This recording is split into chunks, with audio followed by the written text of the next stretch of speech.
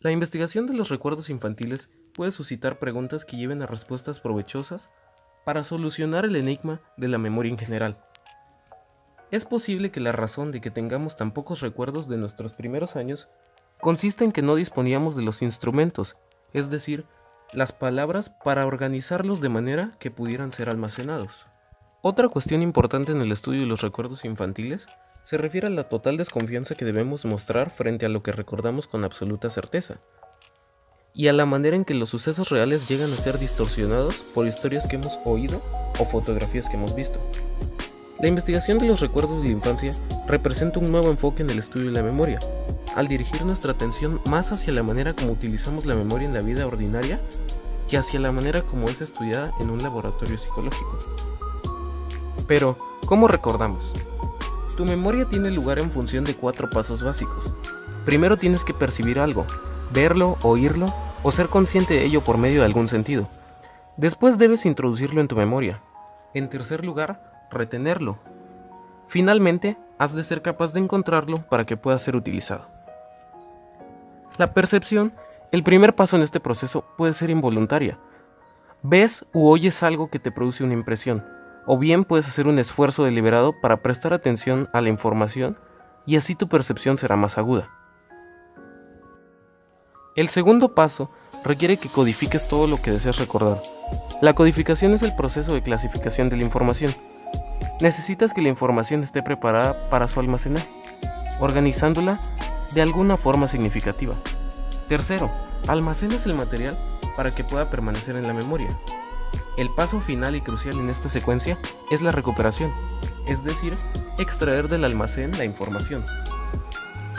Las 2 explicaciones más conocidas de la manera en que ocurren estos procesos son la del almacenamiento y la transferencia, modelo de memoria propuesto por Richard Atkinson y Richard Schifrin, y la del modelo de niveles de procesamiento, de Fergus Craig y Robert Lockhart. De acuerdo con la teoría de Atkinson y Schifrin sobre el funcionamiento de la memoria, contamos con 3 tipos diferentes de memoria. En primer lugar, el material atraviesa nuestros sentidos, ojos, oídos, nariz, para llegar a la memoria sensorial. En menos de un segundo, esta información desaparece o es transferida de la memoria sensorial a la memoria a corto plazo, donde puede permanecer alrededor de 20 segundos.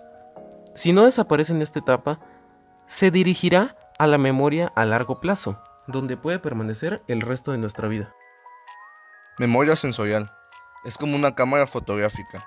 Toma una instantánea de lo que ves, oyes, hueles, saboreas o tocas. Esta información está constituida por la pura realidad de la vida, frente a la cual puedes reaccionar introduciéndola en la memoria o ignorándola y olvidándola. La forma como funciona este tipo de memoria ha sido demostrado por una serie de experimentos realizados por George Sperling. Sperling estableció también que la naturaleza fugaz de la memoria sensorial demostró que si se presentaba el tono con un retraso de un solo segundo, los sujetos eran capaces de recordar muy poco. Tipos de memoria sensorial. El tipo de memoria del que hemos estado hablando, la que procede de los órganos de la visión, es conocida como memoria icónica. Aparentemente, las imágenes icónicas desaparecen más rápido que de las que provienen de nuestros oídos, conocidas como memoria ecoica. Aunque también nos son familiares otras memorias sensoriales, se han realizado muy pocas investigaciones sobre ellas, salvo de la icónica y la ecoica. Memoria a corto plazo. La memoria a corto plazo es nuestra memoria de trabajo, nuestra memoria activa que contiene la información que estamos utilizando en ese momento. La memoria a corto plazo decae rápidamente. El repaso ayuda a retener el material en la memoria a corto plazo. Al repasar, seremos capaces de mantener el material durante más tiempo. La memoria a corto plazo es como la amplitud de su atención. Si una persona está distraída, olvidará todo lo que se encuentra en la memoria a corto plazo. Esto puede ser molesto algunas veces, pero otras veces puede ser una salvación. La capacidad de la memoria a corto plazo es reducida.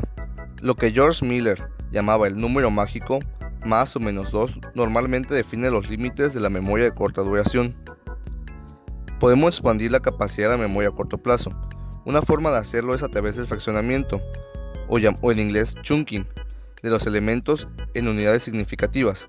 Una vez alcanzado el límite de la cantidad de información que se puede almacenar, Si se añade nueva información, se provocaría un desplazamiento de la información almacenada, perdiéndose parte de esta a menos que haya sido almacenada en la memoria a largo plazo. La recuperación de la memoria a corto plazo es rápida y exhaustiva. Si tenemos información almacenada en la memoria a corto plazo, la podemos obtener rápidamente. Esto ha sido demostrado en los experimentos realizados por Saul Sternberg. Sternberg encontró que la búsqueda para las series de memoria largas lleva más tiempo, llegando a la conclusión de que probablemente buscamos los elementos uno tras otro. La memoria a corto plazo contiene una cantidad limitada de material activado, que está siendo utilizado, mientras que la memoria a largo plazo contiene una gran cantidad de material codificado, normalmente inactivo.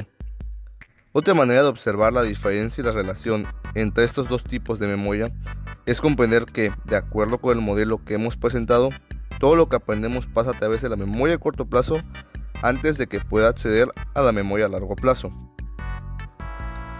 La transferencia de información desde la memoria a corto plazo a la memoria a largo plazo es de gran importancia. Imagina que nunca transfieres nada desde la memoria a corto plazo a la de largo plazo. Si algún día te encuentras con alguien, tendrías que aprender su nombre de nuevo al día siguiente y al otro y al otro. Hay gente que se encuentra en este limbo de memoria, de corta duración perpetua, debido a una lesión, operación quirúrgica u otras alteraciones del funcionamiento cerebral. Llenamos los huecos. Podemos ver cómo funciona nuestro mecanismo de recuperación de recuerdos cada vez que buscamos un recuerdo en nuestra mente, utilizando algunos indicios que nos habrán de conducir a nuestro objetivo. Supongamos que alguien te pregunta qué hacías a las 12 en punto de este mismo día, pero del año anterior. Primero, establecerás la fecha. Es probable que te sitúes geográficamente. Más adelante, puedas pensar en cómo programas tu actividad semanal ordinaria. Después, reducirás tus posibilidades hasta acercarse a lo que quieres. Este procedimiento nos ayuda a recuperar muchos recuerdos vagos. Sin embargo, a veces también produce la aparición de recuerdos inexistentes.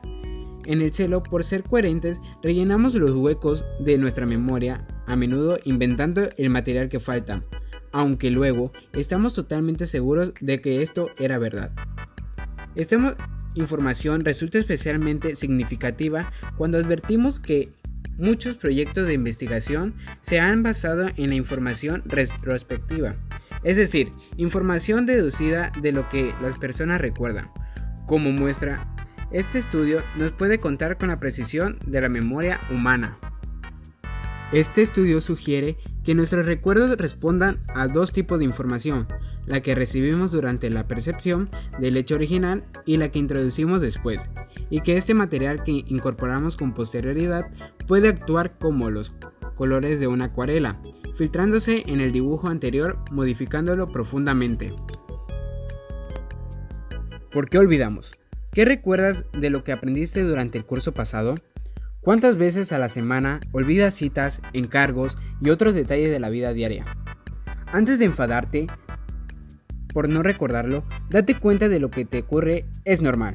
Todos nos olvidamos constantemente de todo tipo de cosas. Los psicólogos han llegado incluso a demostrar que olvidamos de una manera ordenada y de acuerdo con un principio establecidos. El primer investigador de la memoria, Hermann Ebbinghaus, establece que olvidamos muy rápidamente al principio, pero que después el olvido se hace marcadamente más lento. Una vez que Ebbinghaus hubiera aprendido sus sílabas sin sentido, las olvidó de manera ordenada y bastante rápida. 20 minutos después de haber aprendido una lista de 13 sílabas, lo bastante bien como para recitar la lista 2 veces en orden y sin errores, había olvidado 40% de las sílabas y al cabo de una hora solo recordaba el 33.2% de ellas. Durante los días siguientes tuvo lugar un olvido adicional más lento, de forma que 6 días más tarde recordaba 25% y un mes más tarde 20%. Ebbinghaus opinaba que la lentitud con la cual iba olvidando indicaba claramente que hubiera tardado mucho en olvidar la serie por completo. Si Ebbinghaus repasaba su lista 30 veces más, inmediatamente después de haberla aprendido, recordaba mucho mejor sus sílabas. mostrando que pasar un tiempo adicional reaprendiendo o estudiando de nuevo el material que desea recordar merece muchas veces la pena. Progresivamente, incluso los efectos de reaprendizaje van disminuyendo, de forma que no resulta absolutamente eficaz estudiar innumerables veces una cosa para que no se nos olvide nada de ella. Parece ser que olvidamos por diferentes razones. Probablemente cada una de las teorías que se exponen a continuación nos indica, al menos en parte, las causas de nuestro olvido, pero no existe todavía una respuesta definitiva y completa a esta pregunta. Olvido motivado, represión. A veces olvidamos material almacenado en nuestra memoria a largo plazo, porque parece que hay algún beneficio personal en no recordar. Así, olvidas el nombre de alguien que no te interesa o la cita con el dentista a la que no querías acudir. Reprimes los recuerdos tristes, embarazosos o dolorosos. O magnificas su pasado, manteniendo tan solo los recuerdos que están en línea con la imagen ideal de sí mismo que le gustaría tener. Decaimiento del trazo de memoria. La pregunta crucial sobre otros muchos olvidos es si olvidamos por qué la memoria del hecho se deteriora o por qué, aunque la memoria de este permanezca. Posiblemente durante toda la vida nos podemos llegar a él para recuperarlo. Algunos influyentes teóricos como Shiffrin y Atkinson y Tulbin sostienen que podemos el material de la memoria a corto plazo a causa del decaimiento del trazo de memoria, pero que cualquier suceso almacenado en la memoria a largo plazo permanece allí para siempre y cualquier olvido de este material es debido a la dificultad de recuperación. Un trazo de memoria o engrama es la huella o rastro que el aprendizaje ha dejado en el sistema nervioso después de que ha tenido lugar el aprendizaje. Otros investigadores rechazan con fuerza este punto de vista afirmando que hay poca base para mantener la opinión extremadamente difundida sobre la permanencia de los recuerdos de la memoria a largo plazo. Un recuerdo puede decaer porque la percepción del hecho fue demasiado débil para producir la impresión suficiente. Esto puede ocurrir por las condiciones externas como el ruido, la oscuridad o alguna otra circunstancia que interfiera en la observación. Si por ejemplo, viste a un hombre en un automóvil a una distancia de al menos 20 metros y solo fue visible durante el tiempo que tardó el coche en recorrer 15 o 20 metros, te será difícil recordar qué aspecto tenía ese hombre, porque nunca lo viste bien. La percepción mala también puede ser debida a algún defecto del observador. Podrías estar distraído, bajo estrés, o no prestabas atención porque no pensabas que un elemento determinado fuese especialmente significativo. Esto te convierte en un problema cuando un espectador que no prestaba la debida atención es llamado a testificar sobre un crimen, un accidente u otro hecho que le cogió por sorpresa. En otras ocasiones, un recuerdo se borra porque no tenemos la oportunidad de repetir lo que queremos recordar. Si buscas un número de teléfono y se te impide repasarlo mentalmente, puede que no seas capaz de recordarlo bastante bien como para hacer la llamada y casi seguro que lo olvidas inmediatamente después. Memoria a largo plazo. La memoria a largo plazo es descrita a menudo como si fuera algo similar al catálogo de fichas en una biblioteca, un complicado sistema de archivo o al índice de un libro. Buscando en el índice de la memoria a largo plazo, ¿cómo puedes recordar tu cumpleaños de 1984? Supongamos que lo celebraste en una merienda en el parque. Podrías intentar recordarlo pensando en meriendas, en la gente con quien estabas ese día, en la que comieron o en cualquier otro elemento de una larga lista. Cuantas más asociaciones establezcas con una información, más fácil será recordarla. Sin embargo, no podrás almacenar todos los detalles de una experiencia. Codificación por medio de la asociación. Aunque repasar algo, repetirlo varias veces silenciosamente o en voz alta, lo fijará en la memoria a corto plazo. Es necesario un proceso diferente para almacenarlo en la memoria a largo plazo. Necesitas crear asociaciones entre lo que quieres recordar ahora y algo que ya sabes, es decir, hacer que el nuevo material sea de alguna manera significativo. Este tipo de organización significativa es un tipo de codificación. Codificación por medio de la organización. La repetición asociativa es uno de los tipos de organización. ¿Recuerdas las estanterías en el taller? Cuanto mejor puedas organizar el material para apilar los estantes, más fácil será encontrarlo. Muchas personas tienden a organizarlo a través de la técnica del agrupamiento, es decir, reuniendo los elementos en categoría, volviendo a organizar en la mente el orden en que fueron presentados.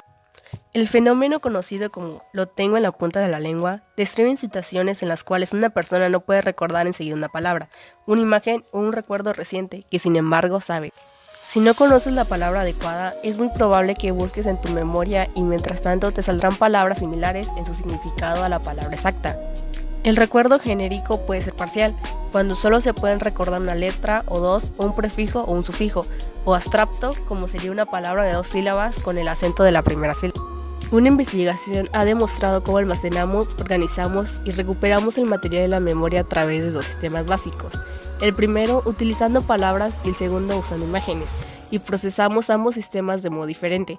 De acuerdo con esta hipótesis de codificación dual, utilizamos las imágenes para la información sobre objetos y hechos concretos, y las palabras para ideas y lenguajes. Los 2 sistemas son independientes, pero interconectados. Cada uno se puede usar independientemente, pero transfieren información de uno a otro. Cierto material es almacenado específicamente en uno u otro de estos sistemas, aunque la cantidad y el tipo de cada uno es indiscutible. Modelo de niveles de procesamiento de Craig y Lockhart. Hay otra manera de considerar cómo funciona la memoria. Craig y Lockhart discrepan del concepto de memoria dividida en 3 estructuras independientes: sensorial, a corto plazo y a largo plazo. Procesamos el material a lo largo de un continuo de menor a mayor profundidad, que va desde un nivel de procesamiento superficial hasta otro de gran profundidad. Cuanto más profundo es el procesamiento, más tiempo permanece en el recuerdo. El nivel más superficial de procesamiento, de acuerdo con este modelo, incluye el conocimiento de una característica sensorial. Cuando estableces una asociación, es decir, das significado a su impresión, estarás en el nivel de profundidad de procesamiento que construirá el trazo de memoria más fuerte y más duradero. El recuerdo y el reconocimiento son 2 medidas diferentes de la memoria.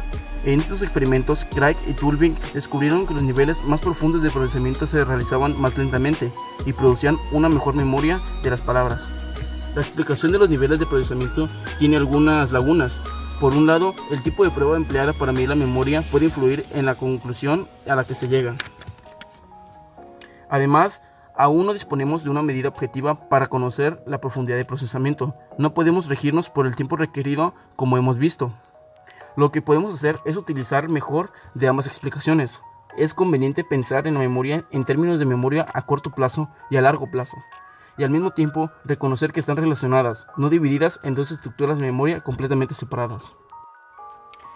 Recordamos mejor lo raro, el efecto de von Restorff.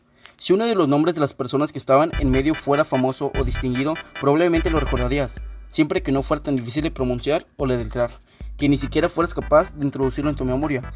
Esta tendencia a recordar un elemento raro con independencia de su posición en una lista se conoce como nombre del psicólogo que fue el primero en informar de este efecto. Recordamos mejor lo que aprendimos en un estado de ánimo similar, memoria dependiente del estado, con Gordon Bower. Bower ha llamado memoria dependiente del estado. También se puede observar en situaciones menos extremas. Cuando se siente triste, es más fácil recordar pensamientos que surgieron durante otros momentos tristes de su vida. Es así más difícil recordar lo que había aprendido en estados de ánimos agradables. Bower confirmó la existencia de este fenómeno con experimentos de laboratorio que mostraban que la gente que aprendía listas de palabras en un estado de felicidad o de tristeza, introducidos hipotéticamente, recordaban el material mucho mejor cuando volvían a encontrarse en un estado emocional similar, pues parece que nos asociamos a una emoción en particular, con una idea o un hecho concreto, y uno de ellos nos ayuda a recordar la otra. Recordamos mejor lo que se relaciona con sucesos emocionantes significativos, recuerdos vividos. Este tipo de recuerdo se denomina memoria vívida. Simplemente se encuentra allí, a punto de aparecer con todo detalle a la más leve insinuación. Es como si nuestro sistema nervioso tomase una instantánea de los sonidos, visiones, olores, tiempo, clima emocional e incluso las posturas corporales que experimentamos en ciertos momentos. Esto fue dicho por Benderly en 1982. Sin embargo, la instantánea no es completa. Mientras por un lado incluye ciertos elementos básicos como el lugar donde nos encontramos, lo que hacíamos antes del hecho, quién nos dio la noticia, qué hicimos después y cómo nos sentíamos nosotros y los que nos rodeaban al conocer del hecho. Por otro lado, capta algunos detalles tribales y deja otros. La memoria vivida tiene un lugar en el momento de sorpresa, de choque y de gran significado personal y biológico, dice Brown y Kulkik, que intentasen recordar las circunstancias en que habían oído las primeras noticias de nuevos acontecimientos de gran interés público. Es importante recordar hechos significativos. Supongamos que un individuo fue testigo de cómo un animal peligroso atacaba a alguien. Esta persona podía salvar su propia vida al recordar exactamente qué hora del día era, dónde estaba y qué hacía en el momento de los hechos. Podía así evitar un encuentro como este en el futuro. Neisser, en 1982, propone otra explicación para este tipo de recuerdos. Neisser cree que evidente que la gente relata muchas veces la descripción de los sucesos que recuerda y que le dice fotografía. Se ha realizado posteriormente, dado que el significado que adquiere el conocimiento en la mente de la persona después del suceso. Haciéndonos un pedazo de nuestra historia personal, nos vinculamos a la gran tapiz a través de cual es narrada la historia de nuestra civilización. Llegamos a ser una parte de algo más grande y más importante que nuestra propia existencia personal. Interferencia. Otra teoría mantiene que la razón por la cual olvidamos es que otra información, aprendida antes o después, interfiere en nuestros recuerdos, tanto la memoria a corto plazo como a largo plazo. Por ejemplo, si alguien nos llama justo después de haber buscado un número de teléfono. La interferencia proactiva describe una situación en la cual la información que se aprendió con anterioridad interfiere con la habilidad para recordar la información nueva. En la vida real, este efecto aparece a menudo cuando se acerca a una mujer que conocía de soltera y que después al casarse tomó el apellido de su marido.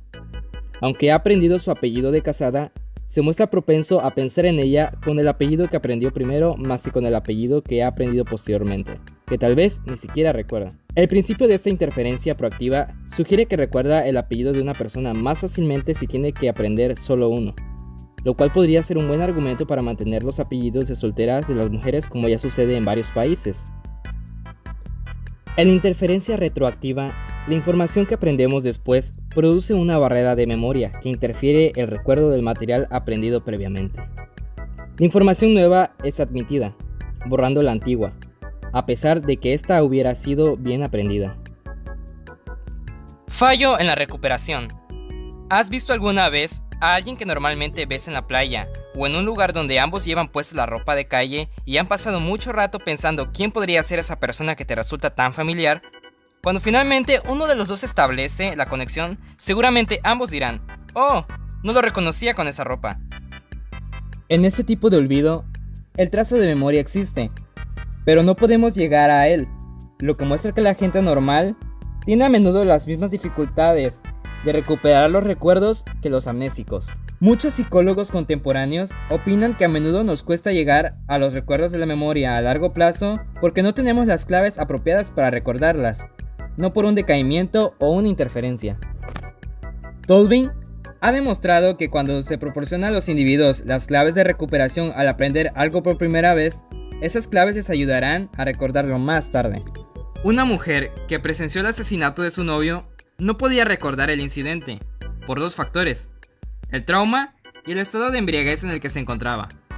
Bajo hipnosis dio la información no relatada previamente. La hipnosis ha liberado con éxito los recuerdos reprimidos en casos similares, y en otros, en cambio, ha desatado los recuerdos de sucesos que no habían ocurrido nunca. En los últimos años se ha aprendido mucho acerca de la memoria, mediante el estudio del papel del encéfalo en el almacenamiento y recuperación de la información. Algo que permanece después del aprendizaje. El engrama, como le llamó su investigador Carl Lashley, es la base biológica de la memoria. Esta es una de las áreas más activas en la investigación psicológica. La facilitación sináptica es la base biológica del aprendizaje y la memoria. Las experiencias individuales producen patrones únicos de actividad nerviosa que causa que ocurran cambios estructurales en la sinapsis. Las sinapsis se hacen más eficientes o se facilitan de esta forma. Los cambios en la sinapsis son la base biológica de la memoria. Para algunas formas simples de memoria, La respuesta aprendida es recordada en la sinapsis. Otra evidencia sugiere que los cambios químicos en la sinapsis son la base para la memoria. Son frágiles al principio. Sin embargo, si no sucede nada que interrumpa el proceso, se hacen más permanentes en el curso de unos cuantos minutos u horas. Este proceso se conoce como consolidación. Etapas de la memoria y el encéfalo. Los resultados de la investigación sobre el papel del encéfalo en la memoria revelan dos formas en que diferencian la memoria de corto plazo y la memoria de largo plazo. Primero, diferencias en el papel de los cambios sinápticos. Y segundo, diferencias en las estructuras del encéfalo involucradas en la memoria de corto plazo y la memoria de largo plazo. Primero, existe amplia evidencia de que los cambios en la sinapsis están involucrados en los recuerdos a largo plazo, pero no en los recuerdos de corto plazo. Segundo, diferentes estructuras encefálicas están involucradas en la memoria de corto plazo y la memoria de largo plazo. Está surgiendo evidencia de que diferentes estructuras encefálicas están involucradas en las tres etapas de memoria.